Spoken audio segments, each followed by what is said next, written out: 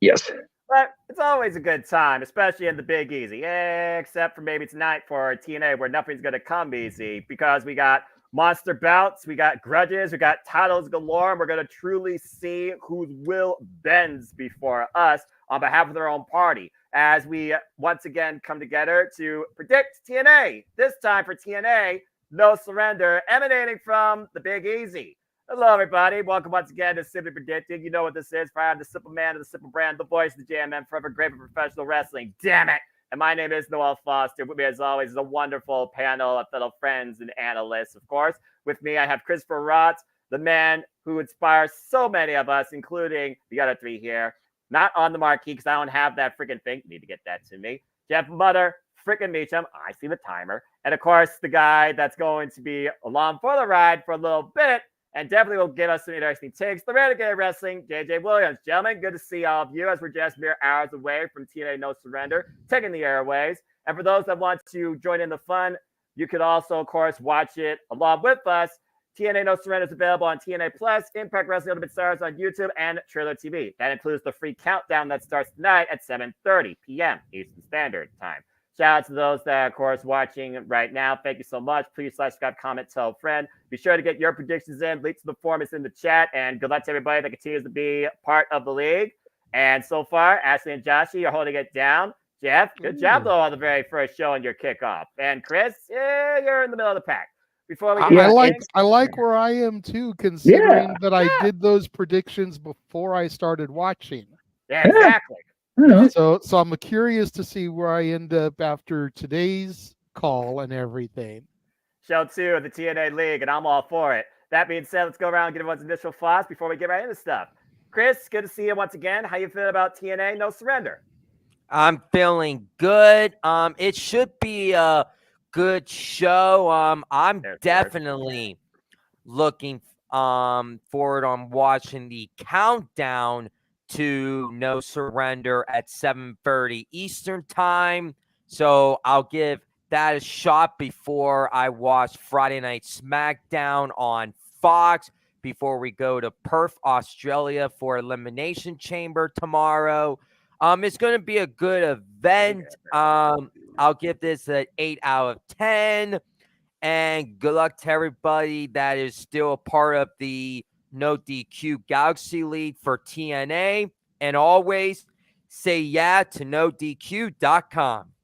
Also, you're wearing the yes shirt. Botch, but not a botch. It hasn't bought the yes shirt yet. No, I'm giving your not watching our coverage of No Surrender a straight Bret Hart 4 out of 10. You're watching SmackDown instead of watching us. He's only got one screen anyway. Hey, I'll watch both of you guys. Okay. Okay, fair enough. And again, if you want to dictate the conversation, donate to Dictate Casting Studios. Super chat as simple as that. Anyway, Jeff, good to see you. How you feeling about TNA Surrender, my friend? How you feeling overall? Always good to be seen. I did mention to both of you privately that I will be bowing out after saying this brief hello and doing the shameless shill because man's work is never done around here. We will be going live at 7 o'clock Eastern, 4 Pacific with our coverage of the watch along. So I got to get things ready, got to get things going. But I'm looking forward to this new era of TNA continuing. Whatever happens in the fallout of Scott D'Amore's departure, I know the roster will hold it down as they do. I'm looking forward to the match they added last night on Impact with our boy Frankie versus EY, and see where that path takes the coolest wrestler alive, at least for me. I'm looking forward to being a small part of a big deal when we get to have the call on this. So you guys enjoy the predictions. I will see you in just under a couple hours, and we'll be live and we'll do our thing. So good luck to everybody in the league, and good luck to everybody watching at home, and good luck and safe night to the roster of TNA Wrestling. Safe night to anybody that dares to grace us with their gifted talents and presence in the four-sided squares ring. Ugh. Yes, sir. You guys have a good prediction show, and we'll see you for the call at the 7 o'clock hour. Sounds good. Thanks, Thank you Jeff. so much. Appreciate you, buddy. Thank you, guys. Jeff Meacham, everybody. Good old JM. JJ, always good to see you, my friend. Again, you've been exploring all the wrestling every day, every week, every show, every freaking company, it seems, for your love of the business and for the love of wrestling, which you all can catch, of course, at Cascading Studios every day.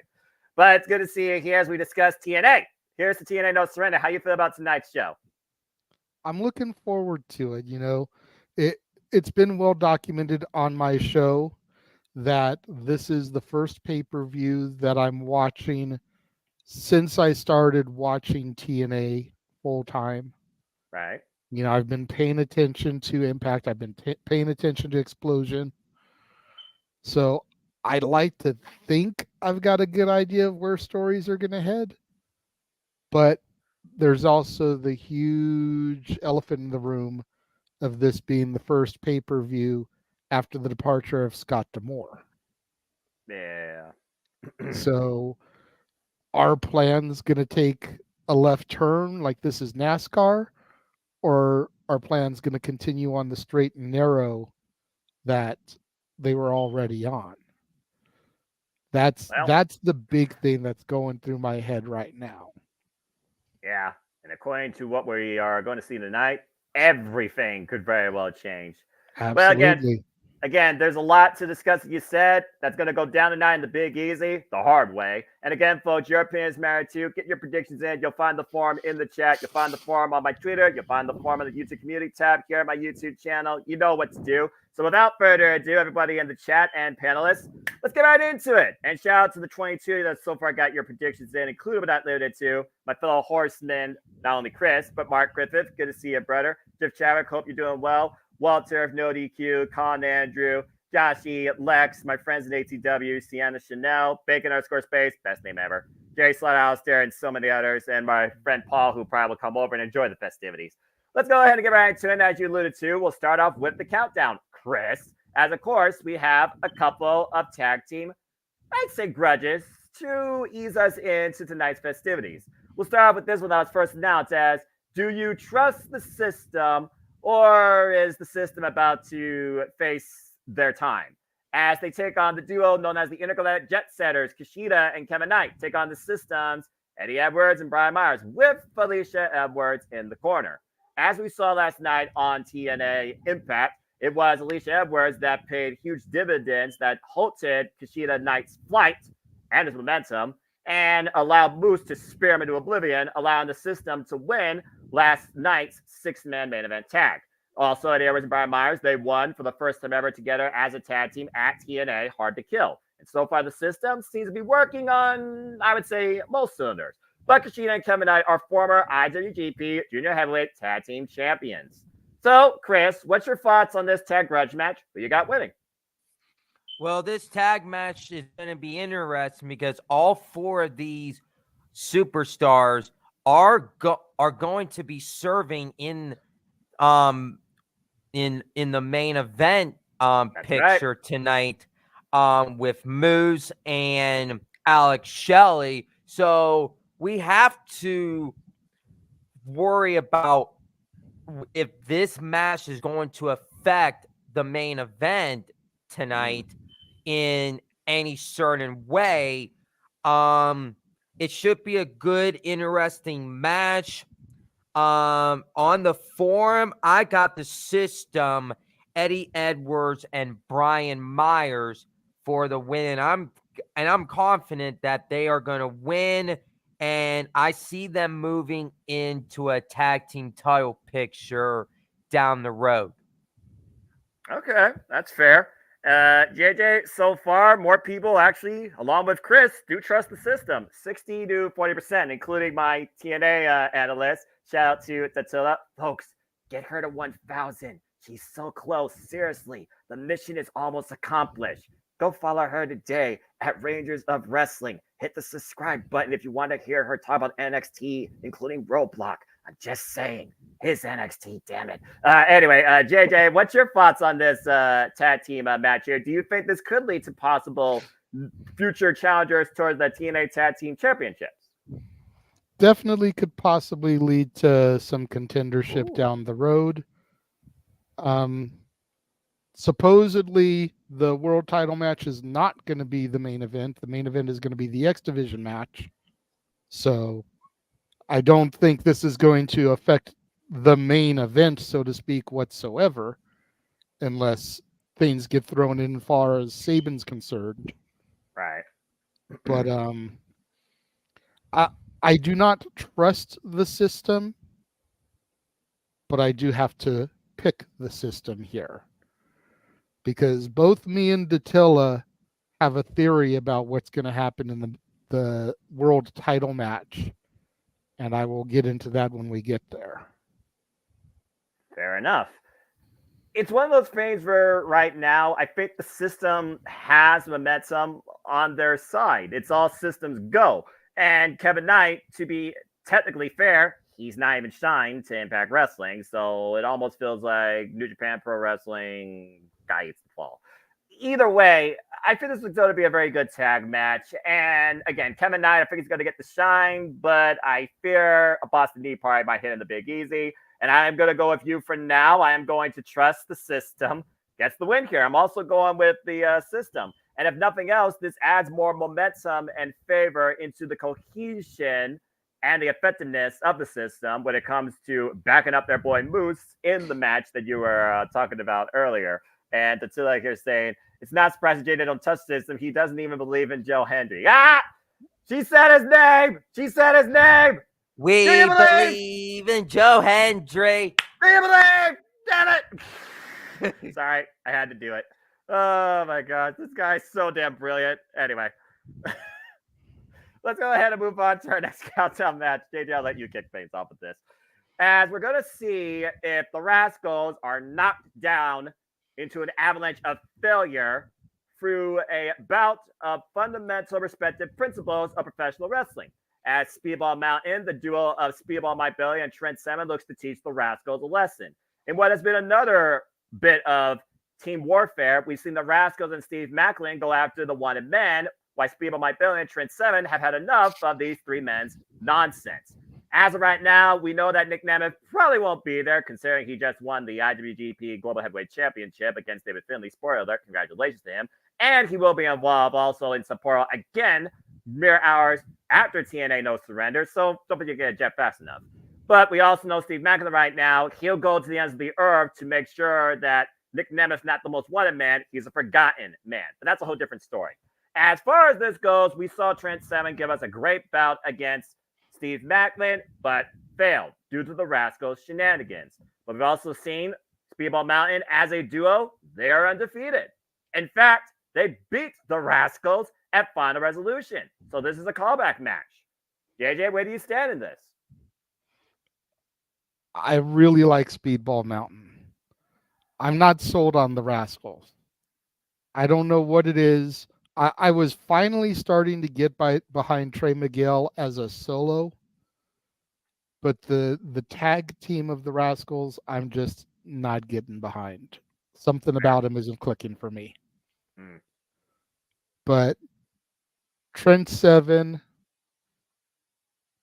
and Speedball Mike Bailey, you know, I said I championed for the better part of the end of last year that Speedball was TNA / Impact Wrestling's MVP of the year.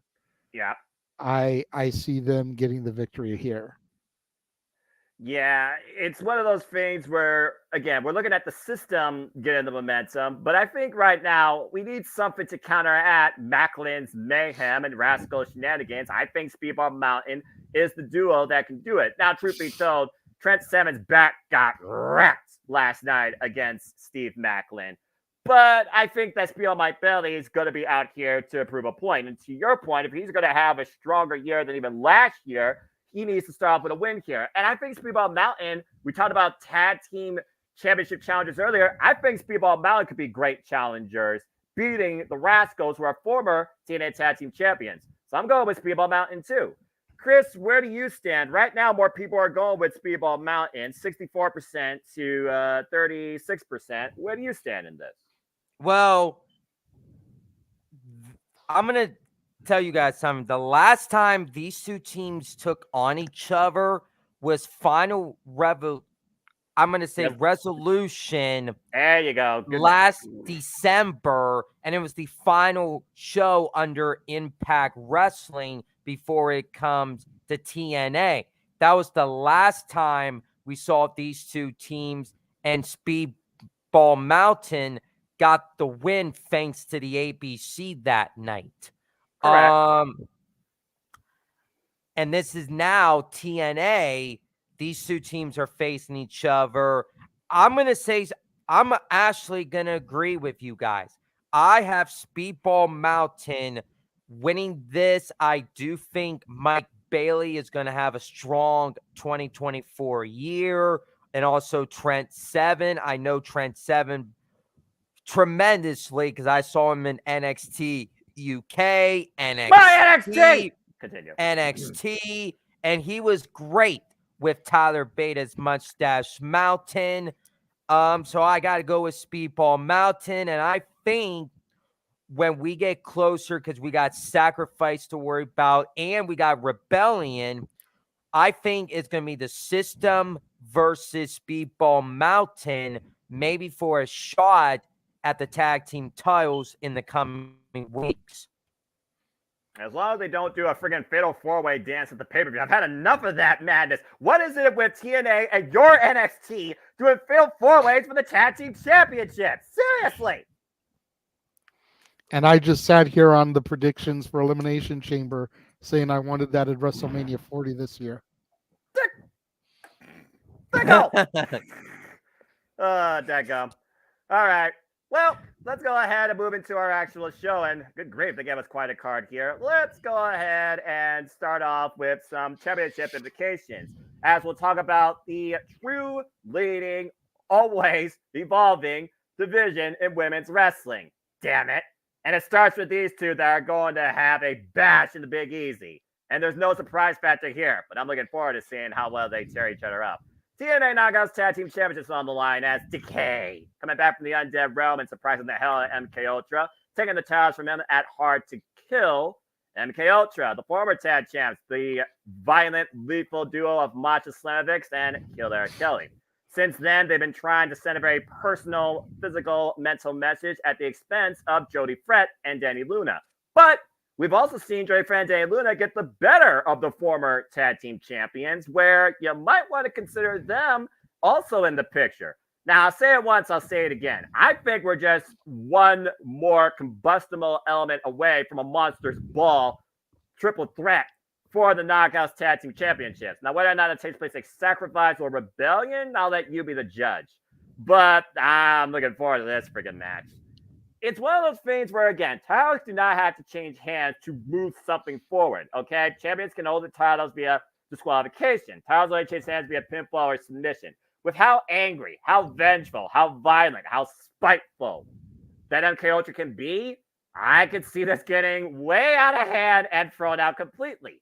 That means that Decay, regardless, would be retaining. And Decay just came back. I mean, don't get me wrong. MK Ultra were great tag team champions. They've been tag champs since last year's Slammiversary. But I think that Masha and Killer Kelly can do more in the hunt than being the hunted. It seems like they're certainly having more fun. So I'm actually going with Decay to retain. But it won't be easy. JJ, what do you think? I pretty much echo every word that just came out of your mouth, bro. I see Decay getting the victory here, and then possibly getting Threat and Luna versus Decay at Sacrifice, and then getting to Rebellion with the match that you proposed. Click. Bigger stage in Las Vegas. Datilla will be there. Jeff will be there. Lucky. So, yeah. And still Decay. All things false. Decay, Decay, Decay. And Chris, the majority are going with Decay, 82 to 18%. Where do you stand in this Knockouts tag team turmoil of a rematch? Well, this was actually a rematch from Hard to Kill in a surprising tag team match. And when I saw that happen, I says, wait a minute, they just had an impromptu tag team title match at Hard to Kill.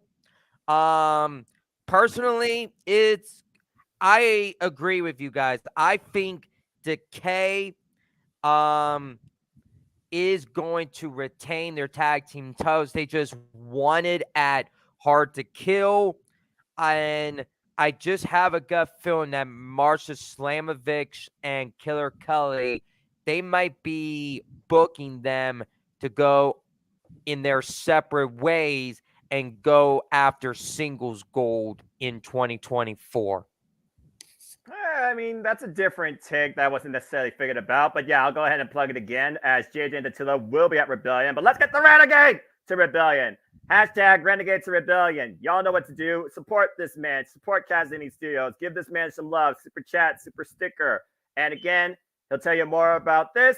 But I'm just going to put this here for a second. Let's get the man to Rebellion. Let's get the entire head founders of the WWE Multiverse Media, along with Dattilo, to Rebellion and see what they believe in the new era of TNA. I'm just saying. JJ, good luck, bro.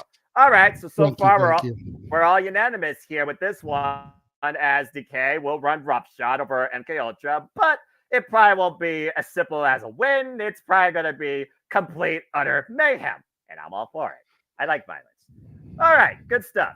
Let's go ahead and move on now to a match of championship implications that was just added last night. And yes, you're starting this one off, bro, because Frankie Kazarian, who says now he is truly about defining his own legacy, his own way, on his own terms, looks to go up against an OG, and you thought that these two are going to work cohesively in this new era of TNA. Nah, Eric Young. After the fallout between him and Eric Young, to listen to the grizzled young vets, and Kazarian showing his true colors after a fade to black. Basically, we have come to this point. What we thought was going to be a meeting in the ring yesterday turned into Eric Young conquering a ghost of his past. Then Eric Young, he threw out the challenge. Meet me in the ring, and let's sell this like men. Okay, but I'll do it on my terms. I guess Santino, the director of authority, decided to add to the stakes. As Eric Young, a former multiple-time TNA World Champion, goes one-on-one against Frankie Kazarian, who's never won the TNA World Championship and has only had one shot at it in his career. And the winner of this match will face off for that very title at Sacrifice in Windsor, Ontario, Canada, which of course will have implications when we talk about later. JJ, I don't have to say anything else. I know all about your connections, Jeff's connections with the particular individual on the right. And we've talked about this man verbatim since coming back to TNA a year ago at Hard to Kill. Boy, what a difference a year makes, though. What's your thoughts about this impromptu number one contenders match? My answer is going to surprise people. I think EY is going to take this. Oh. Main reason is because I don't see Moose losing the title just yet. Spoiler alert for prediction for later, folks. If Frankie is going to get it, I think he needs to get it at a major TNA show. Slammiversary, something like that. So if he gets this victory, goes to Sacrifice in 2 weeks, he's going to job. I don't want that to happen. So because of that, I'm going to EY.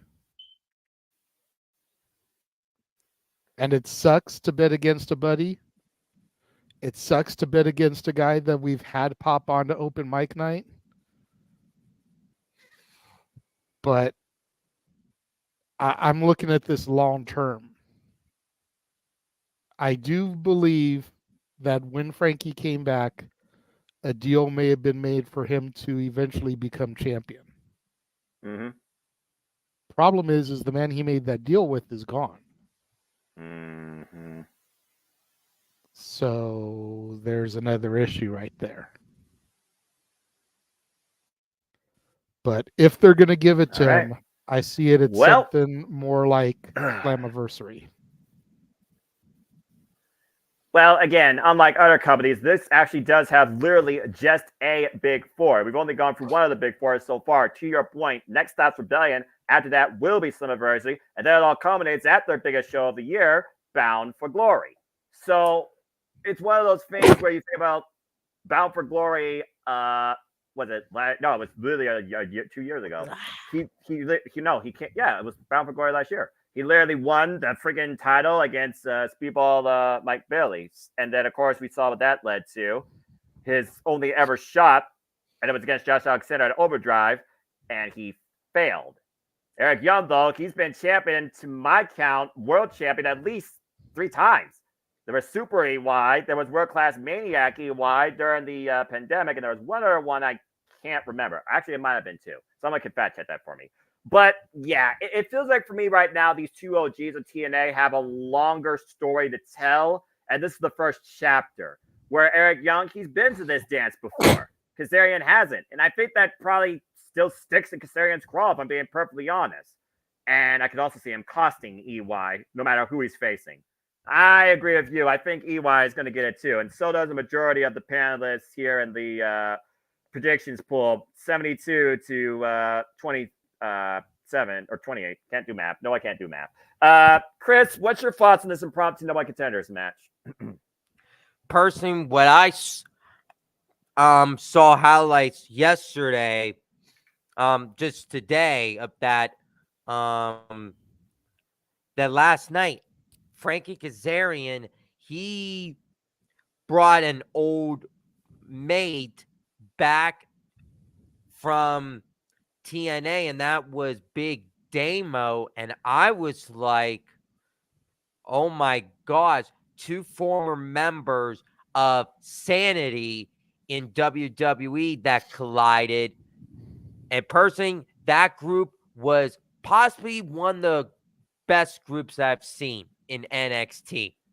No doubt in mind. As far as this match goes, yeah, I agree. I think Eric Young is going to win, get that title shot, and I could see that title shot happening at Sacrifice, and then after that, they could rekindle this feud with Frankie Kazarian and Eric Young at Rebellion. All right. And also, Chris, relax, brother. Sit back, relax, sit up, man. All right, come on. We're alive here, pal. You don't have to be as like a days ago as Orange Cassidy in your chair, bro. All right. You want me to go get my sunglasses and be Orange Cassidy for tonight? I don't have any orange juice, and we're also on a time clock. I wouldn't do that. Just sit back and sit up and relax is all I'm saying here. Be comfortable. Plus, it's better for your back. Speaking from experience. All right. Well, that was pretty. I think that was a pretty fair analysis. And at the end of the day, it's one of those things that's like babyface versus newfound heelish attitude. It just seems kind of obvious, but there's more that can come from it, which is what I can appreciate. Because I do think Frank Kazarian deserves to be TNA World Champion. I just don't think it happens this soon. Does it happen this year? Possibly. It depends on the setup and who's on the other side of him, too. All right. Well, as far as which side are you leading on, can you kill what won't die? And is there a new unstoppable force in TNA after Khan officially killed the design? It's the Battle of the Monsters. It's PCO versus Khan. Straight up, folks, this is Rampage, and I'm not talking about AEW. These two are just going to bludgeon each other. It's your typical TNA big hoss fight. It's not Abyss versus freaking Raven or freaking what Dustin Rhodes once was that I don't talk about because that was just beyond weird. But as we saw lately, Khan says the sign is dead, and now Rose alone after cracking and snapping Diener's neck. Why PCO? He was not only the very first signing known to this new era TNA, he's the guy that just will not stay down no matter how many times you try and kill him. 1,000 Ways to Die on Spike TV apparently never cast this guy. Just saying. Chris, what's your thoughts on this battle of anomalies? Simply put, this is going to be pretty, but somebody has to go down for the 3, I'm guessing. Hey, this is the battle of the monsters. So we got PCO and Khan. And personally, I know Khan because he was a part of the Ascension in WWE. So this personally, I don't know how excited I'm going to be for this match, to be honest. It's Battle of the Monsters. And personally, one of these monsters got to go down The other is going to continue being on a rise. And I know Khan said that design is dead. Personally, I don't think it's dead, to be honest. Who I have in this match is I got PCO winning this match. Of course. Well, again, what beats PCO? Not even freaking lightning can keep this guy down. And if nothing else, it reanimates him back to life. But ironically enough, JJ, a majority are with Chris. 69, damn it, 69% picked PCO. Why'd you all vote that type of percentage? While the rest are going with Khan. So again, Khan, he was one of the most dominant tag teams in the original NXT history. They were the Ascension, the NXT Tag Team Champions. Since then, it's been nothing but muttering through the wasteland, quite particularly. It's King Kong versus Godzilla, basically, as Walter alluded to. If you all saw the movie, y'all saw who won. So, JJ, who's who and who you got winning here? And to Wesley's point, I think that's to come. Remember, this is the first time one-on-one encounter. I don't think it's a one-off. Yeah, I like PCO. More often than not, I pick PCO. But this time I'm going with Khan. I think Khan needs it more than PCO does. And I agree with you. He just had his turn. The design was just killed and buried. And if Khan eats this L, then you've already stopped his momentum. Khan needs to take down the modern day Frankenstein. He can always be resurrected by a jolt from the electrodes to come back later. And he will. But Khan has to get the W here. Yeah, it just feels like it's one of those things that just needs to happen. Simply put, folks. I mean, the only way that Khan doesn't win is if he tries to, what he's been doing on TNA Impact, try to incapacitate the man with nobody able to force him to break his hold. Gets disqualified, but at the end of the day, I didn't win, but who's left standing? Is Khan out here to get a win or make a statement? Or both? And that's the intriguing thing about this Monster Bash. And it won't be a graveyard smash, but it's going to be interesting to say the least. And Walter, you might be right. I have yet to see a kitchen sink, but I know there might be a door underneath that ring. Speaking of which, whoever thought you see this guy come through TNA's door? And I didn't even think about this when it came to when they last were before. A ghost of Josh Alexander's past and ultimately the one that defined the walking weapon to TNA Impact. Josh Alexander goes one-on-one against the Simon Gotch. And yes, I realize Simon Gotch and Matthew Rayboff both are in TNA. The Vaudevillains are back in full color. I kind of like that. So as we learned, and I didn't even think about this, Josh Alexander's last match before being officially signed by Scott D'Amore to Impact Wrestling at the time, now TNA Impact, was against Simon Gotch. And we've seen what the walking weapon, even though he's been involved in this business for 18 years prior, has done being part of TNA and making this his home. But Simon Gotch, he feels like that he's been literally the guy cast aside in the shadows, the cast off, quite literally, not called up for, the main attraction. And after all these years, after everything Josh has been through and went through, he returns to TNA to exact some revenge. A very unique happenstance, to say the least. But it also takes Josh Alexander in a different direction after that ridiculous war he won against Alex Hammerstone. As we saw Simon Gotch, we know that he could pull out a submission. He could be technical as Josh Alexander, and he's already made this very personal. But again, there's been a no physical contact clause since Simon Gotch arrived and assaulted him out of the crowd. Again, it's one of those things where Simon Gotch just came into TNA. You kind of feel like he needs to win here. But Josh Alexander, this is his home, and now he's been insulted. So it's one of those things, once again, where how do you bet against the walking weapon? JJ, let's start with you on this one. What's your thoughts on this unique exhibition? Does Josh Alexander continue to ride a wave of new momentum in the new era of TNA, or does Simon Gotch pull the hook right now on his run for now and maybe, find his own place? Well, I kind of agree with your line of thinking here. With this being Gotch's debut match, do you really want him to eat the L already?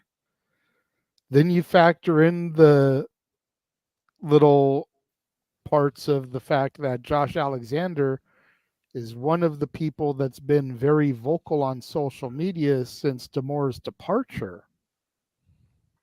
Will that reflect in this match? And him have to take an L kind of as a punishment? If he eats the L here, does that really do anything to stifle Alexander? I'd say no. He wasn't like the number one contender. We're not going to see him versus Moose next month. It doesn't really do anything for him. He's kind of just been hanging around. Whereas if you give Simon Gotch the L here, you've already stunted his growth. I'm going with Gotch here. And maybe even Matthew Reinhold will get involved. I think Matthew Wayward has too much integrity since he's been such an incredible color play-by-play analyst for TNA. In fact, I argue to say that him and Tom Hanneken is my favorite two-person team right now in commentary, professional wrestling-wise, next to Ian Riccaboni and Caprice Coleman. But it's one of those things where I also think about this. There's been one other factor that really escalated this since the get-go. Alan Angels. Whether Alan Angels is out right now to go against Josh Alexander after Josh nearly broke his ankle, and after we saw what happened on Soundcheck episode 2, get a better set, by the way, dude. I think Alan Angels can also play a factor here. And Alan Angels and Simon Gotch, they might go on a 2-for-1 handicap trip to break the walking weapon and make TNA their own. Celestial must-see attraction. I'm not even sure what Simon Gotch's right now mission statement is besides beating Josh Alexander, maybe getting back all the years that he believes he deserved that Josh Alexander got. It's almost one of those things where it's like vengeance, self-redemption, vindication. I mean, we already saw Nick Nemeth vindicated, but that's a whole different form of the word. I think Simon Gotch is going to win this, but I think also Alan Angels is going to play influence here. Either way, I'm going with Simon Gotch because at the end of the day, all he's got to do is outsmart Josh Alexander. Doesn't have to out-wrestle him. And we all know how incredible Josh Alexander is in that ring. There's a reason why many people call him the modern-day Kurt Angle. But I'm going with Simon Gotch. And I'm in the minority, which don't surprise me. But sometimes TNA can surprise the hell out of you. That's one of the reasons why I love this company. 95% pick the walking weapon. And why would you bet against Josh Alexander? This is his home, damn it. But Chris, where do you stand? Where I stand in this match is, I'm happy that we get to see Simon Gotch in wrestling again. With him and the Vaudevillains back in wrestling, that is interesting. Who would imagine seeing the Vaudevillains back in wrestling in 2024?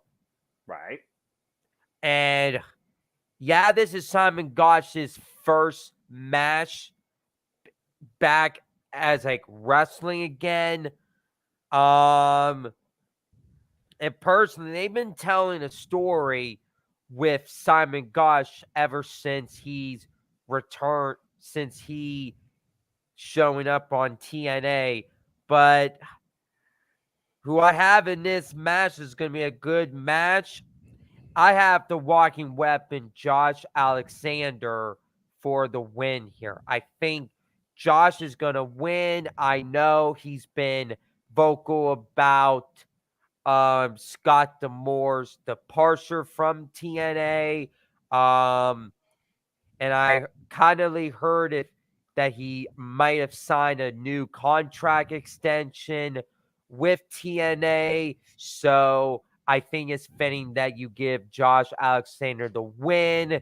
And maybe this could be the beginning of a feud with Josh Alexander and Simon Gotch.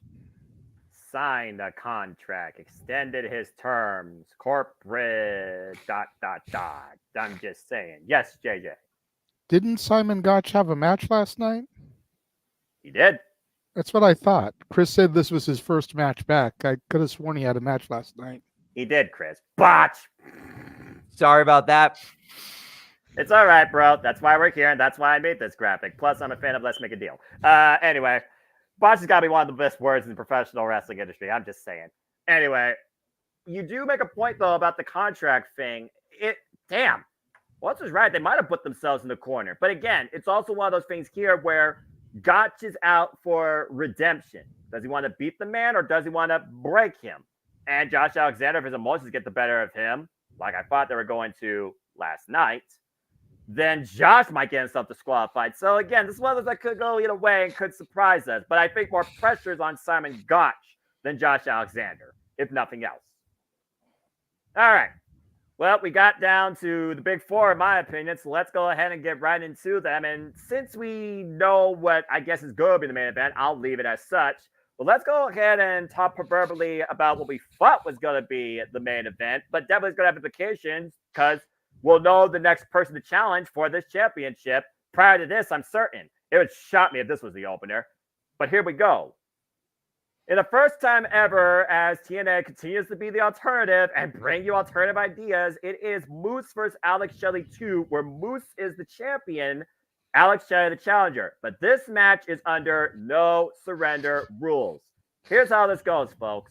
In each person's corner, as I believe it was JJ or Chris, I'm sorry I forgot, alluded to, each person will have corner men. In Moose's corner will be the system, Eddie Edwards and Brian Myers, along with Alicia Edwards. In Alex Shelley's corner will be Kushida and Kevin Knight. The only way for this match to end is if the party throws in the towel on your behalf and you lose. The two competitors can do whatever the hell they want to each other. There's no disqualification as far as what they do to each other goes. But if any party members get involved, then that party's leader loses. And for example, if the system gets physically involved with Alex Shelley, Moose will lose the championship. Under these type of stipulations, the towels can change hands. So why this is going to be a match of physical testing, as always with these two, it is literally a match of mental warfare. I cannot remember the last time outside of wrestling, whether you looked at like boxing or professional fighting, where a towel had so many implications. Now, truth be told, I remember in my NXT when Tyler Bate threw in the towel on Trent Seven's behalf and they lost the tag titles to the Undisputed Era. I remember when the towel was forcefully thrown falsely in a Heritage Cup match in NXT UK. But this is different. This is for the TNA World Championship. And we've seen the system and Alex Shelley and Time Machine in general feud with the system since TNA began. And who would have thought that Moose was going to beat Alex Shelley at TNA Hard to Kill? I did not see that coming. That being said, bottom line, do you trust the system? More importantly, does Moose trust his system? Well, this is going to be interesting because, again, the winner of this match will face either Eric Young or Kazarian. We all picked Eric Young, keep that in mind, at Sacrifice. So a lot of domino effect could come from here. Chris, I'm going to start with you this time. Who leaves the TNA World Champion? Which side forces the other to surrender? Now, this is no surrender rule, so this is going to be like no pinfalls, no submission. It's just throwing in the towel, and that's it. That's right. Well, this is going to – I feel like this is the match I'm looking forward to the most tonight at No Surrender. It's going to be a fun match. I just have a gut feeling I know where they are heading into. And we know it's going to be the system in Moose's corner. We know Kushida and Kevin Knight's going to be in Alex Shelley's corner. Who I have in this match is I'm going to say Moose is going to retain. I have Moose retaining, and I don't think Kushida or Kevin Knight is going to throw in the towel. Yeah. I don't think one of them is going to throw in the towel because I have a gut feeling we're going to see the Motor City Machine Guns go their separate ways. I have a gut feeling that Chris Sabin, he is going to be defending his X Division championship against Mustafa Ali later in the night.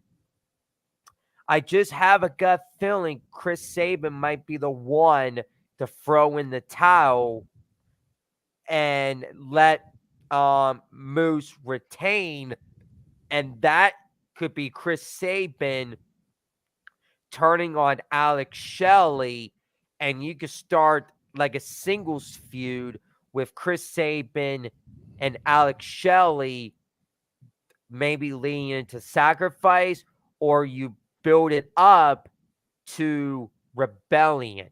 So I have Moose retaining his championship tonight. Look, as much as I remember the whole paparazzi era and the fallout of Chris Sabin versus Alex Shelley, I don't know necessarily if I want to go back, but I also know how much Alex Shelley right now is a very combustible element waiting to explode. That being said, JJ, this is a very unique circumstance, one that I don't think you and I have dealt with in a long time in this business in general. So, what's your take on this? Again, what decides this here is mental warfare more than physical warfare. I agree with Chris on most everything. Once again, I do not trust the system, but I do believe Moose will retain. I do believe there will be a heel turn, but it's going to be Kevin Knight. Oh, no! Turning heel. And maybe it's just because I'm still a rookie when it comes to watching TNA full time. But Kevin Knight feels like the piece of the puzzle that just doesn't fit. I'd never heard of this guy until a couple weeks ago when he had a match on television. But he's supposedly a longtime partner of Kushida. Kushida's been around for a minute. I've seen Kushida wrestle. I know Kushida by name from doing stuff with you. Right. You could put Kevin Knight in a lineup and I wouldn't be able to pick him out from Tom, Dick, and Harry prior to the last couple weeks build up to this match. Okay. And I think a heel turn will help him go to that next level where he will get noticed. Whether he enters into a feud with Shelley or he feuds with his former partner Kushida or he ends up going after Sabin if he still has the X Division title at the end of the evening. Right. I think there's a lot of evidence for Kevin Knight here. Kevin Knight is a star on the rise.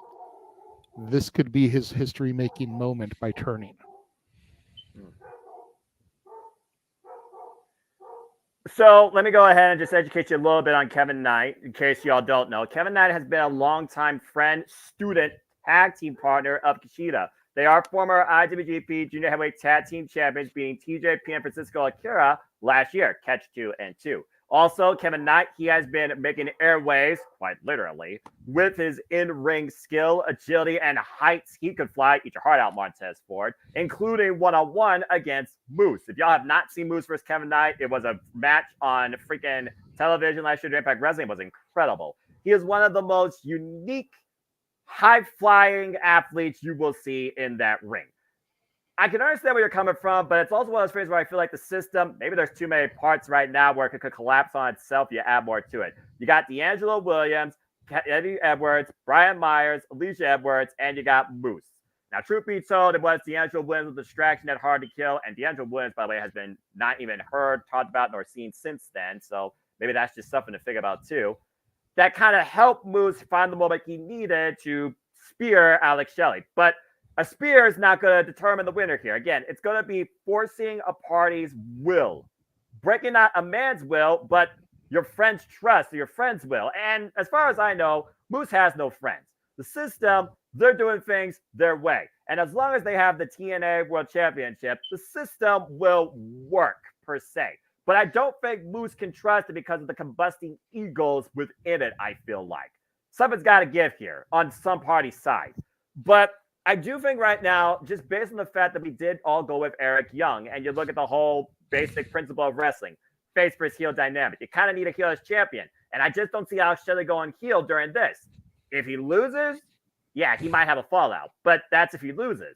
And while Alex Shelley was an incredible champion, I'm glad he finally got to the moment last year. I think it is Moose's time, and I think Moose deserves it. But again, we also talk about the looming factor here in the TNA landscape. Scott D'Amore is no longer here. And Moose has said emphatically, Scott's not here, then Moose is not here. What if this is the way that Moose goes out?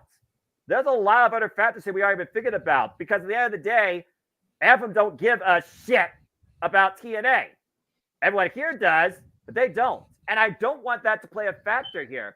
Personally, I want Moose to win, but I can't see Alex Shelley forcing the system's will. I can. But what's your thoughts, JJ? We also have to keep in mind that Sacrifice is 2 weeks away. Yes. There's no reason Moose can't retain here and lose in 2 weeks at Sacrifice. To Eric Young, potentially, or Kazarian, based on what happens at other match, which is a fair analysis, too. Or at the next Big Four, which is Rebellion in a little over 2 months in Vegas. Yeah, in the Palms, once again. And as far as, too many parts in the system, I never said Kevin Knight would join the system. I just said he would turn heel. Oh, he would literally. I think he'd go somewhere. No, I think he's going to go somewhere else, and I will get to that. What are you thinking? All right, but I've got a huge cauldron of chili that's bubbling right now. At least the way that I would be booking this. Well, the beauty of TNA. We'll get into it in a moment. The beauty of TNA, the beauty of this company, multi-dimensional butterfly effect booking that doesn't piss you off and always leads to something else. Not one-dimensional. And a majority are going with Moose, 95%, and I am too. I just think right now with everything going on, the system continues to try and work, but I think it eventually collapses on itself. But I don't think it happens here tonight, no surrender. I think that Moose somehow will escape with the championship. Because Moose is a thinking man. He's got a lot of thinking men in his corner. I'm going with Moose as well. We're unanimous. All right.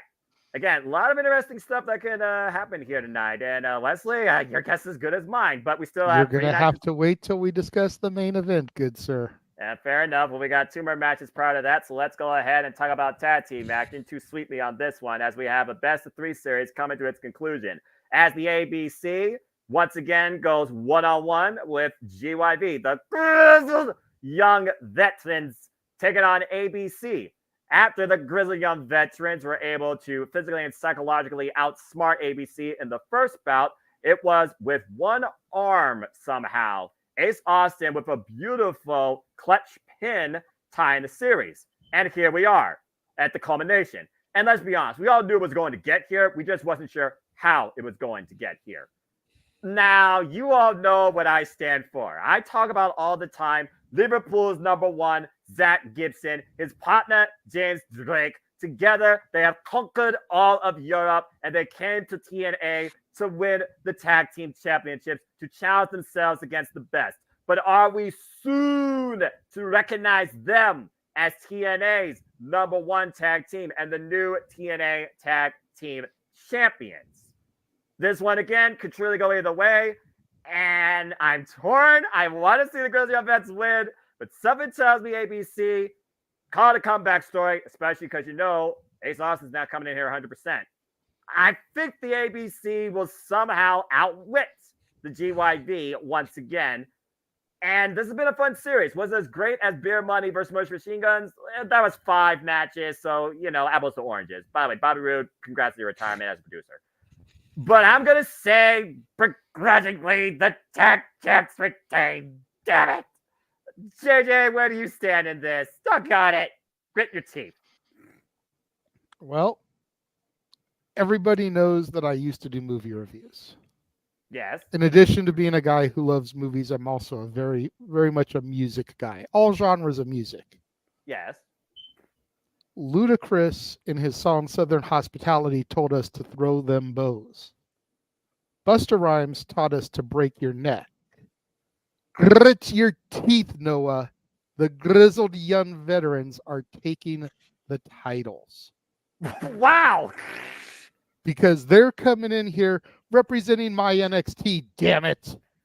But Hey, no, they used to. It was a shitty gimmick, I will give you, and I like them more than I did then. But I have a connection to them because they were a part of my NXT. And wow. I want them to pick up the W here. Okay, ABC is going to go down like 1, 2, 3. It's as simple as Do Re Mi. Well, shut me up. All right. ABC right now, majority of the poll though at 59%, while basically about 40% though pick the grizzled young veterans. It's one of those things though where again, I just don't know which way the grizzled young veterans go from here. And there's so many other tag teams they can face. And thinking about tag teams from earlier, there's the System, there's Speedball Mountain, there's the Rascals. There's some depth to this tag team division. So it's one of those things where either team has challenges that could wait for them. But I just don't know right now I don't know what the future of TNA holds. And it just seems like one of those things that the Grizzled Young Veterans have only been involved right now in this. Nothing else. Nothing else has really been like set up or teased. But right now I am torn. But yeah, I of all the freaking supporting factors. Also, again, folks, former inaugural NXT UK Tag Team Champions.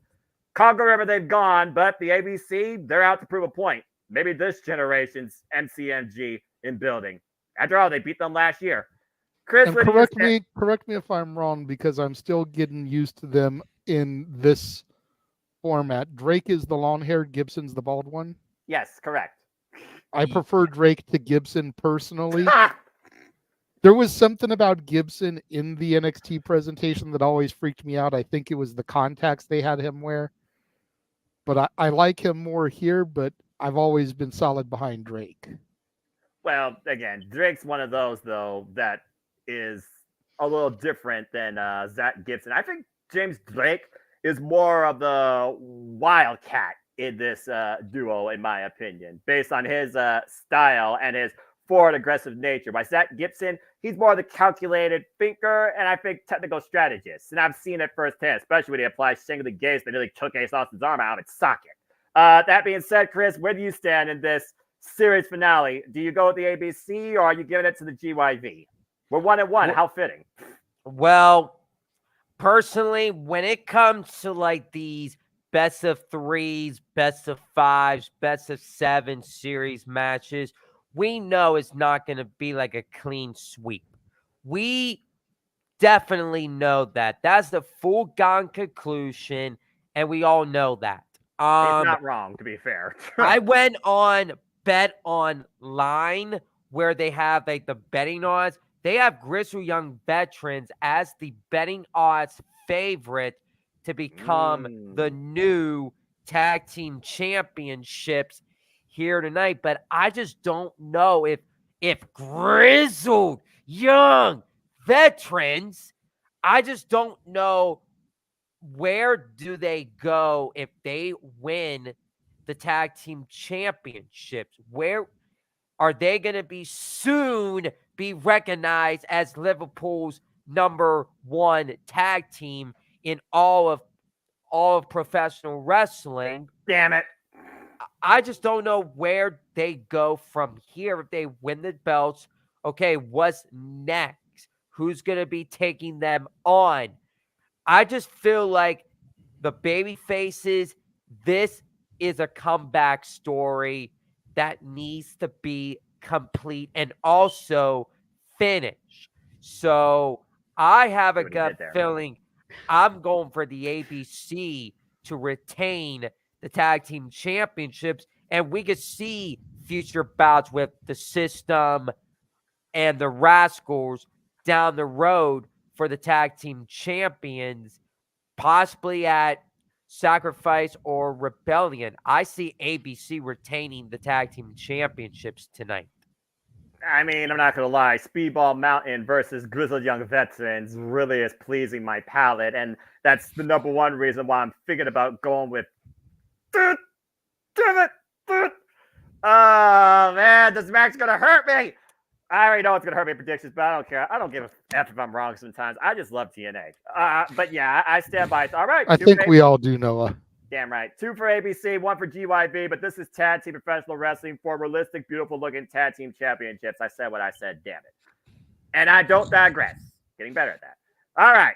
Let's go ahead and move on to our second to last match, as we'll see if the spotlight is finally on the quintessential diva to finally lead the Knockouts division, or does the Juggernaut continue to be the unstoppable force that makes history? It's Jordynne Grace versus Giselle Shaw for the Knockouts World Championship. Jordynne Grace, who won the title at TNA Hard to Kill, while Giselle Shaw won the second ever Knockouts Ultimate X. And Gail Kim has definitely put more of a fire underneath her ass, influencing her to the point now she fired the shot barrage and is planning to do things all on her own. Even though Gail Kim, wise beyond her years, happy belated birthday, by the way, gave her some sound advice on how you approach this from a business standpoint. But she's saying, screw that, I'm going to do things my way. So again, we said it for the longest time.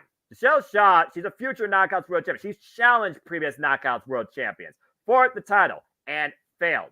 She's also called herself the Black Widow of TNA. Tara, hello. And basically works with nobody. Now she literally works with nobody. But every time that she's been able to get the better of the champ, she has, by knocking her out with that X. I don't think that X is going to come into play, but there's a very real chance that Jordynne Grace could have her lights taken out if that knee strike hits. But again, Jordynne Grace just won the title at Hard to Kill. She just appeared in the Women's World Rumble. That was a what the fuck moment, an incredible run. And right now, I think more history awaits for not only the Knockouts division, but her leading it is what I'm thinking. But let's go ahead and see what y'all are thinking. And Chris, I'll start with you. Does the Knockouts division become quintessential? Or does the Juggernaut continue to rule it with, well, basically what she brings, all muscle?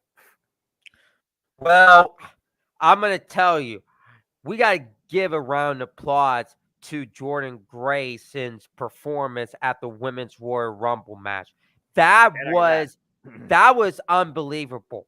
When I heard the sirens, and I just says, wait a minute, is this Ivory? Because Ivory used to have the sirens song, and I said, oh my gosh, that's not Ivory, that is Jordynne Grace. And Jordynne Grace, she shocked the whole world at the Royal Rumble. And personally, I don't think that's the last time we see Jordynne Grace in WWE. I just have a gut feeling once Jordynne Grace gets done with TNA, I feel she's going to be in WWE down the road. And I have a lot of dream matches for Jordynne Grace in WWE.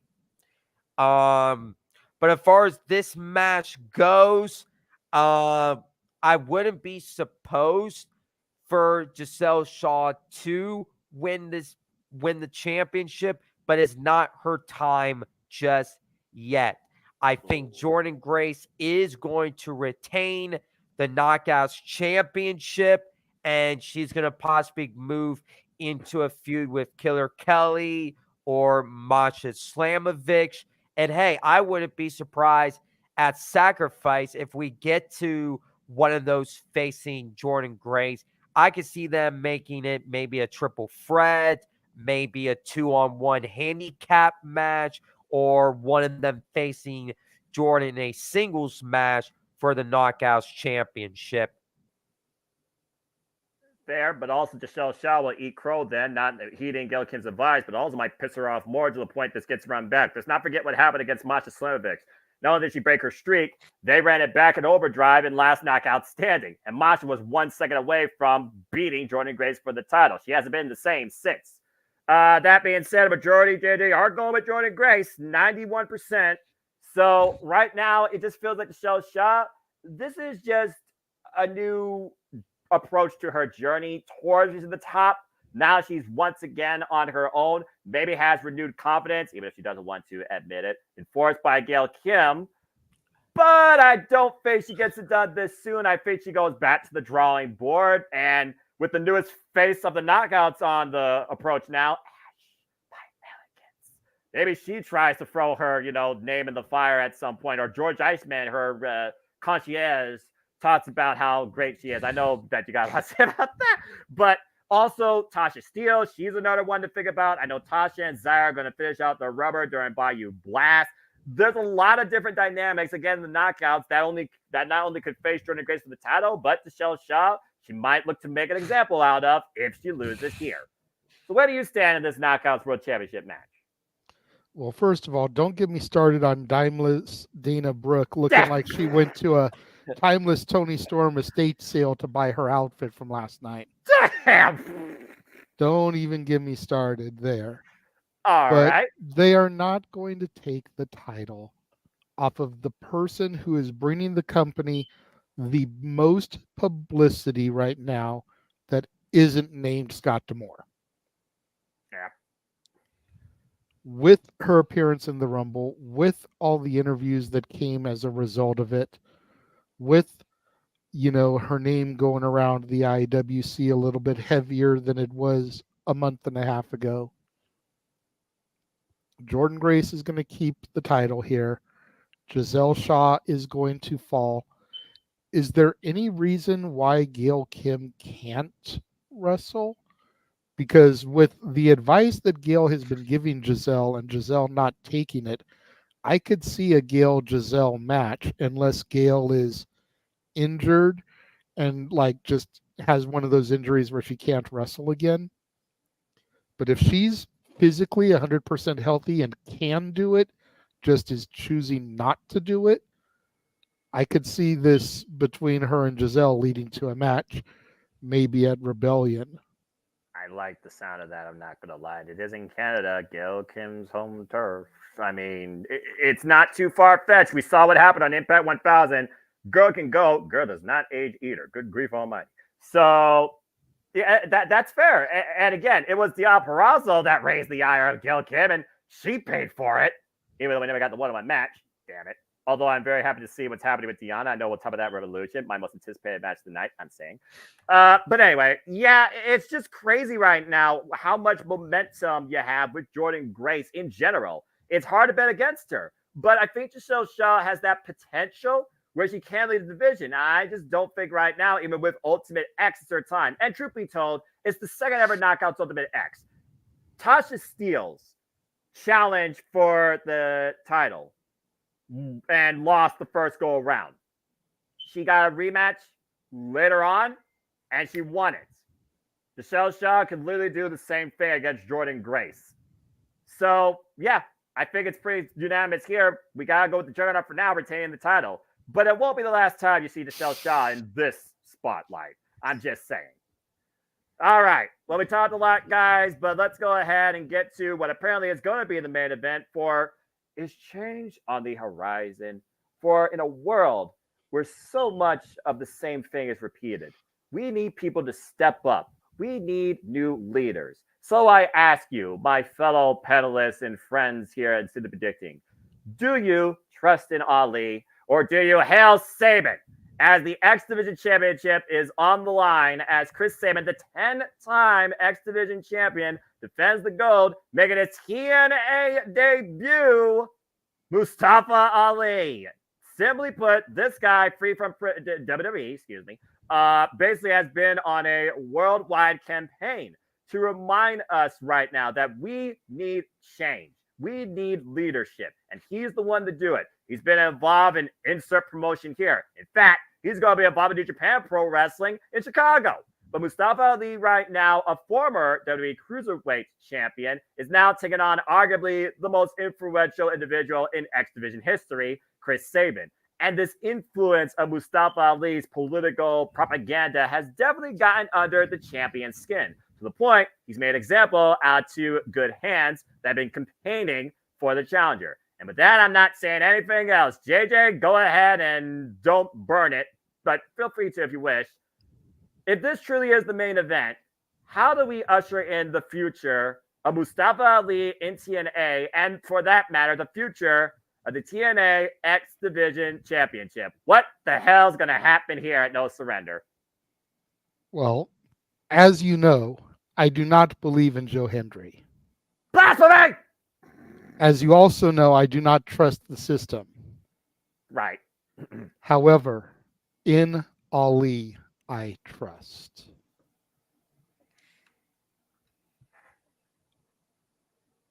All right. Simply put, he's not going to say In anything. Ali, I trust.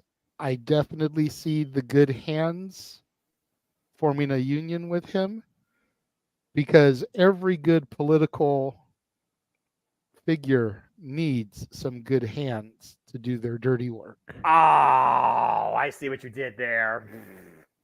And this is where Kevin Knight comes into play. I think Kevin Knight helps Saban lose also Whoa. and aligns himself with Ali.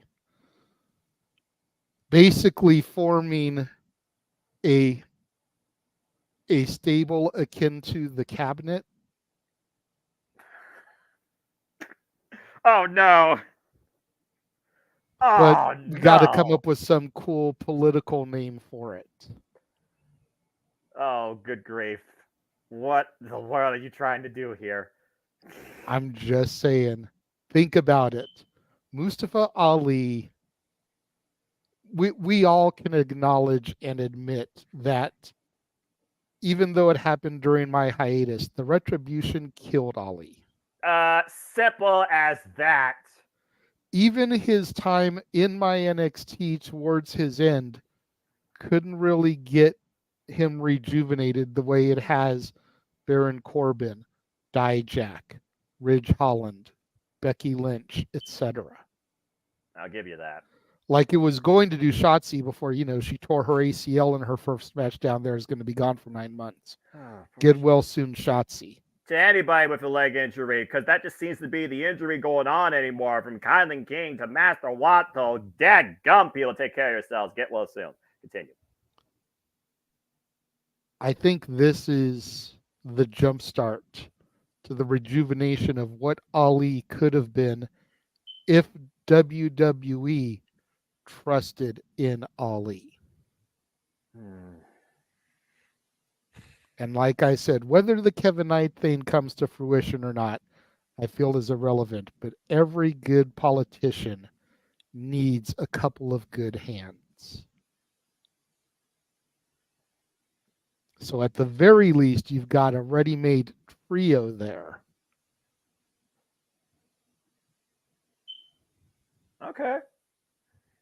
Again, Ali, he's on a worldwide escapade. He's taking on Hiromu Takahashi at Windy City Riot in Chicago. So, I mean, wherever Ali's gone, I think people have trusted in him to give you one hell of a performance, leading by example. Good grief, what's going on with these world trenders right now? Will Ospreay, Nick Nemeth, Mustafa Ali. What's happening here? I love it, but it's crazy.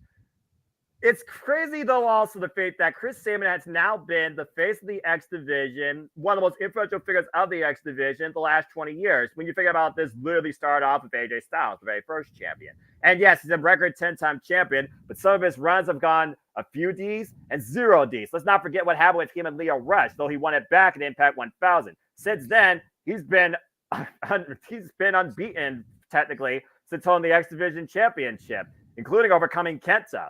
But Mustafa Ali right now has definitely gotten under Sabin's skin, and rattling Sabin's mentality might just be enough for Ali to be trusted enough to beat Chris Sabin if that's what the people want. Again, you trust in Ali. Does the TNA faithful trust in Ali? A majority of the poll trust in Ali, but barely. Chris, do you trust in Ali? Well, this is going to be a match that everybody's going to talk about. Chris Sabin, a 10-time champion. Mustafa Ali is making his TNA debut. I know they are been adding on dates for television tapings for Mustafa Ali, and I heard that this weekend is going to be a big weekend for Mustafa Ali because he's going to be competing against Speedball Mike Bailey this weekend at another wrestling event. So and also he's be competing tonight for the X Division Championship. There you go. This is a match that's going to be talked about for a long time. And I'm going to tell you guys this. I have trust in Mustafa Ali. I am going for Mustafa Ali to become the new X Division Championship tonight because this is his time. This is his time to shine. This is his time to be in that spotlight. Finally capturing a champion. Finally finishing his story on the right path and finally becoming champion. And personally, I feel Mustafa Ali, he should have been champion in WWE. But no, they fumbled it. Not the And first one, I'll tell you personally, that much. Mustafa Ali, this is his time to be champion. I could see this being like a 2-month reign, but I see it being longer. I think Mustafa Ali is going to be a long X Division championship. And if I have to pick a person that I could see maybe dethroning Mustafa Ali for that X Division champion, it might be Jake something. Oh, I like that actually, because that would be something. But in the meantime, my fellow Americans, my fellow TNA representatives. All right, so yeah, I think for Mustafa Ali, it's like I said, TNA is where you find yourself. TNA is the alternative to your career. It is a jump start. It is a reboot.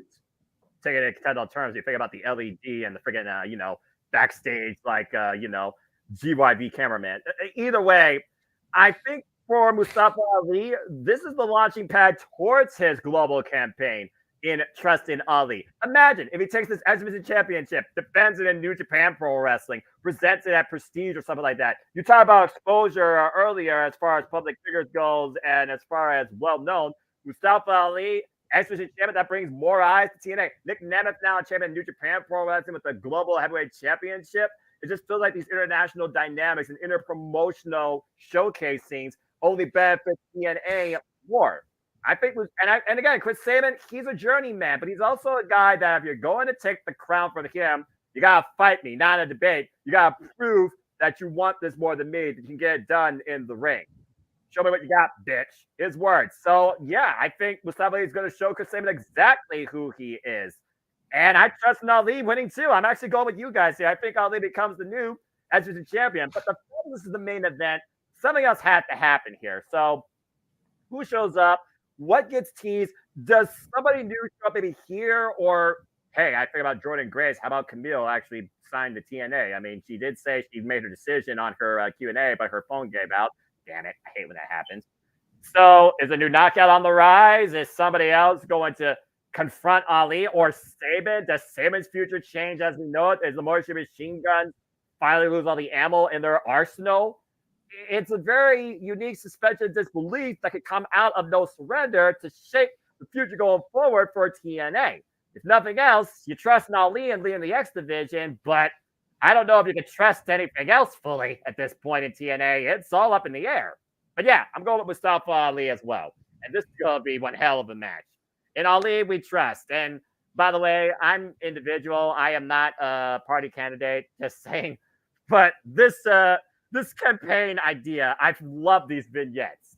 Surprised the match last night wasn't brought to us by In Ali We Trust. I was a little disappointed in that.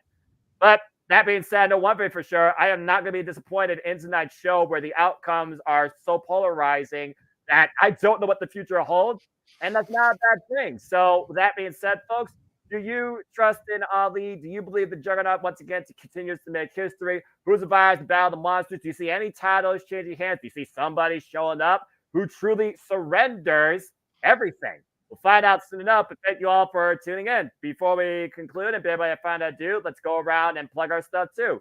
Chris, always a pleasure. Good luck to you. Again, folks, you still have about, you know what, I'll boost it. I'll give you until 7 p.m. Eastern Standard Time to make your predictions final. Form again is in the chat. It's also on my YouTube channel, also on my Twitter. And of course, we'll be here giving our play-to-play coverage to a live watching event here starting at 7 p.m. Standard Time with further talk, hype up, preview, discuss, and get ready for the countdown.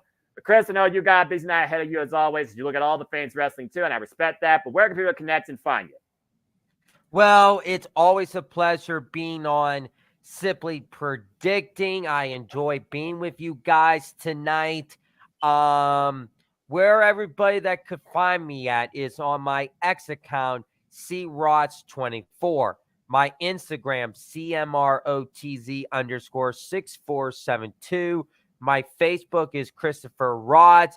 Those are my social media accounts where you can all find me at, and I could talk to you guys about wrestling, sports, movies, TV shows, gaming, sporting events, whatever.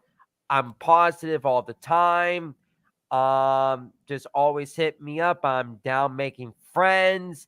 We got through this month in the month of February, and now we head towards March. Lord help me. And personally, March is going to be around the corner because the next time you'll be getting us on Simply Predicting, it is going to be next week where we will be predicting AEW Revolution, and that is going to be Sting's final match in his professional wrestling career. And then we got Sacrifice to worry about for TNA. And then after that, downhill, we're on the Fast Pros on the road to WrestleMania. So personally, I had an amazing time here tonight. I hope you guys all enjoy TNA No Surrender tonight, and also the Elimination Chamber tomorrow from Perth, Australia. Enjoy your night, and always say yeah to NoDQ.com. And that's not an insult. That's just a fact of life. Enjoy your evening, Chris. Enjoy the show tonight. Yeah. Appreciate you, brother. We'll see you next time. All right. Well, again, folks, thank you for tuning in. Just want to give a shout out to some of the comments here for the forum real quick. I don't think any championships are changing. PS, hashtag we want Scott, we want Demore. I can respect that. Go ABC, where's Swinger? Will you all stop talking about Johnny Swinger? Dadgummit! Feeling bad for Shaw. Can't wait. Why does people still care about Johnny Swinger? Why are we still trying to get Johnny Swinger booked? Why do people still want to see Johnny Swinger wrestle? Seriously. Johnny Swinger is awesome. Johnny Swinger is ridiculous. Anyway. Johnny Swinger is greater than Joe Hendry. Okay, now you wrong. For that. God. You wrong for that, bro. You wrong. I don't give a damn what anyone said. He wrong. Anyway. It is my opinion, and I am allowed to have it. I am the simple man, and I approve this message. That being said, always appreciate you, JJ. Again, we're going to talk a little bit about this here shortly, but go ahead and let's play and promote some stuff you have been doing, you're about to do, and where people can connect and find you. Well, you can find me on Instagram, the Renegade JJ Williams, on Twitter, ROWJJ Williams, on YouTube, Casa D18 Studios. Thank you to the people that are watching right now. However many of you are watching on my channel, I greatly appreciate it. You can always subscribe to the members only section. It's only $5 a month. I realize content has been kind of lagging there in the members only section, but me and Noah have got quite a few things that we're looking to do for this year. You're not going to want to miss out on any of it. Make sure, of course, you tune in to For the Love of Wrestling every Monday through Friday, currently 9 a.m. Pacific, noon Eastern. Will I continue covering TNA after tonight? You will have to tune in to Open Mic Night tomorrow to find out. Oh. Speaking of Open Mic Night, 8 o'clock p.m. Pacific, 11 o'clock Eastern, we're going to be playing a little game on the panel called Push, Bench, or Repackage with the panelists, in addition to talking about a couple of topics for the week. What we're going to do is pop up a picture of a wrestler, and the panel will discuss and give their thoughts on whether that wrestler should be pushed, whether they've been used too much and maybe they need to sit out for a little while, or if they need to be repackaged into something else. Should be a lot of fun. I'm going to have 10 pictures for AEW, 10 for TNA, 10 for WWE, and 10 for NXT. Whoa, oh boy. 40 Wow. people, 40 pictures total. Some will be tag teams, some will be women. Yes. You just never know what's going to pop up. But everybody's going to give their thoughts on that. It should be fun. If I'm being 100% transparent, I saw a Cultaholic do this about a week or so ago. Thought it was fun. They went through the entire WWE roster. Oh God. Didn't want to copy them verbatim, so that's why I mixed it up and grabbed some from each roster. Fair enough. Speaking of pop up. Hi Jeff. What's up? Move me under him. Johnny Swinger's greater than Joe Hendry. What the shit? Damn right. Damn right. I go away for 2 hours and oh Lord. Oh. Yeah, he said that. I'm like, what the Damn fuck? right. And then, of course, make sure No. you guys tune in for our watch-along coverage kicking off at 4 o'clock p.m. Pacific, Oh my 7 goodness. o'clock Eastern for No Surrender, and then our Elimination Chamber coverage tomorrow, 9 a.m. Pacific, noon Eastern. Yes. Yes, we realize we're not doing it live, but some of us live in homes where people sleep actually during regular hours of the evening. Yes. And, you know, aren't crazy men staying up watching New Japan shows all hours of the night, or just have a hard time sleeping anyways. So we're making accommodations for the people that actually reside in houses, trying to be fair to them. All right. At least So I'm let's off make sure- tomorrow. So let's make sure we keep those chat rooms spoiler free once we go on the air. Please and thank you. Thank you. Yeah. The Fender will have the band you. hammer out. It'll be Jesus. The Fender will have the band hammer out. There you go. You've been warned. So says the man whose name is not on the marquee because I don't have it. You need to get that to me. I will get that to you tonight during the watch long. It'll be a thing. I appreciate you, JJ. Again, folks, we'll be going here onto the Jimmy Universe Media about 30 minutes or so. Further hyping up and discussing this show and what's to go down tonight at TNA No Surrender in the Big Easy, and nothing will come easy, I assure you. Again, let's get the Renegade Rebellion. Hashtag Renegades Rebellion. You all know what to do. You all saw the link earlier. We're definitely going to further promote this too. Let's get Kim Tatilla and Jeff motherfucking Meacham to TNA Rebellion so they can experience new era TNA together, where JJ may finally fucking believe in Joe Hendry. Damn it! I will not Let's stop not until he get that believes. carried away. Let's not get that carried away. But I do But you want to need send a to. special shout out to Walter for making the first donation. Thank you so much, sir. I appreciate you, Walter. And again, Mr. We won't Reliable, say how as much ever. it is. Yeah. That's irrelevant, but any amount counts. Any That's amount all that goes matters. towards it. So That's thank you to fair. Walter for Fair. the first donation. Yeah. Although the sooner we get the money, the quicker we can book the flight. Just throwing that shit out there, y'all. This is accurate. Yeah, about to say airfare is a thing. Shit's expensive as it gets closer. Yeah, right.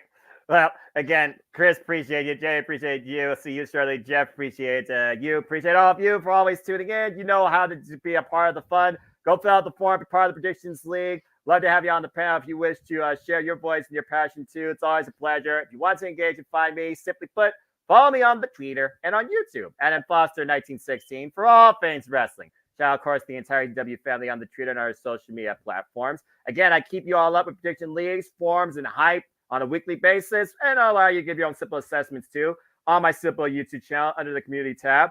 If you haven't already, go check out the entire HW View playlist. We just did our 50th episode. It was a lot of fun, especially having Cindy back on the air. We talked everything from Stardom and the departure of Rousey to other things happening all across the wrestling industry. It was a very fun conversation. And Eric didn't piss me off that much either, too, for a change. What a shock. And again, sleep predicting, we're not letting up anytime soon. March is going to kill me. Again, the next time for TNA, we have Sacrifice. But again, WWE, we literally have nothing staying in front of us now but the big one. As next time that week, I guarantee there'll probably be more than one panel. There might be a maximum one, knowing my mad self, because we're going to talk about WrestleMania as well as NXT Stand Deliver on separate platforms. And of course, the next time we are doing sleep predicting in general, as Chris alluded to, will be AEW Revolution, where it's showtime for the last time with Sting. And we have officially announced, Tony Khan style, their first Ring of Honor pay for the year. Brenda said it's by Honor Club, which I appreciate. Ring of Honor Supercard of Honor. So stay tuned for all the Sidibidittings on that. Just follow hashtag Sidibiditting or me on the social media platforms. Again, follow my friend Amara Jade across the pond who continues her wrestling ventures, continuing to prove that Jade's worth more than gold. Appreciate you, pal. Hope things are going well. Let's get Dattila to 1,000 so that way she can become more of an NXT weekly influence in your lives when it comes to wrestling time. So become a subscriber today at Raiders of Wrestling on YouTube. Let's get her to 1,000. She is just literally less than 15 away, I think, last time I heard. She is now 13 away. She is that close. Right. So I don't know how many people are watching right now, but if you are not subscribed to Rangers on Wrestling, as soon as we go off the air, go to her channel, subscribe, hit that bell. She covers Raw, she covers Dynamite, she covers SmackDown, she covers pay-per-views, the whole nine. It's always fun to watch a female to discuss professional wrestling because it's definitely a male-dominated world. Yeah, and so to see a female discuss it is a little bit of a breath of fresh air. So go subscribe, and hey, if you're a Power Rangers fan, she does that stuff too. Yep. It's always wrestling time when she discuss Raw, SmackDown, Dynamite, Collision, and other stuff as you talked about, including your NXT too. And again, as he talked about, in this male-dominated industry, everybody, though, is welcome. And here, where we really are truly multi-dynamic, at the Multiverse of Media, we thank all of you because we love this. We live for this. Our passion, our content creativity is not the very time soon. We thrive off this. And I continue to do all this madness, for I am nothing more but a simple man and a lifelong fan of, what's the word? Oh, yeah. Professional wrestling! Damn it! As I only wish, continue to encourage you that there are no winners, there are no losers, there are no betters. Just fans with opinions for this passion we all share. So at the end of the day, folks, support one another, respect each other, protect your mentality too. Seriously, get off your fucking phones. Treasure your families and just enjoy life and enjoy professional wrestling. It's truly as simple as that. With that being said, thank you so much once again for tuning into another edition of Sidibiditting. Please like, subscribe, comment, and tell a friend. Hit the bell as video goes live on demand on either of these YouTube channels, me and JJ's. Again, our user content, creativity, and passion is not letting up anytime soon. Hit the subscribe button. Help us keep growing our communities because, again, you all make it possible. And, again, it truly is male-dominated, but it definitely is not, or not should just be male-focused. I appreciate everybody I've come to know here from the other side, including Shanna Snell, Natalie, Datsula, Dory, Lou, Cece, and I do hope we get another women's WrestleMania panel, too. But that being said, we'll see you all shortly on the other side. Working on it. There you go. On the Japanese Multiverse of Media for our coverage of TNA No Surrender. So shortly, you get a break. But until next time, as far as predicting goes, I won't see you all for that platform. Till next week, AW Revolution, you never know who might be on the panel. These folks, other folks, none of these folks, I guarantee you I'll be moderating because that's what I do. But until then, bid y'all find I do. So until our coverage of TNA No Surrender, or the next time you choose to engage with us in any way here at the Multiverse of Media too, appreciate all of you. Make a positive impact in life and have a good night. Guys, let's get ready for TNA No Surrender. In Ali we trust, TNA, but in Ali will be blessed. TNA. Yes, let me hear it. I love it. I love it. TNA. TNA. That's what it's all about. That's the only thing that matters tonight. I don't care what anyone says. And you all can, of course, follow it too. Again, art coverage, but also watch the show. Ultimate Insiders, TNA Plus, Triller TV. It's going to be a hell of a night. Professional wrestling delight. Damn it, in the Big Easy. I can't wait. Goodbye, everybody.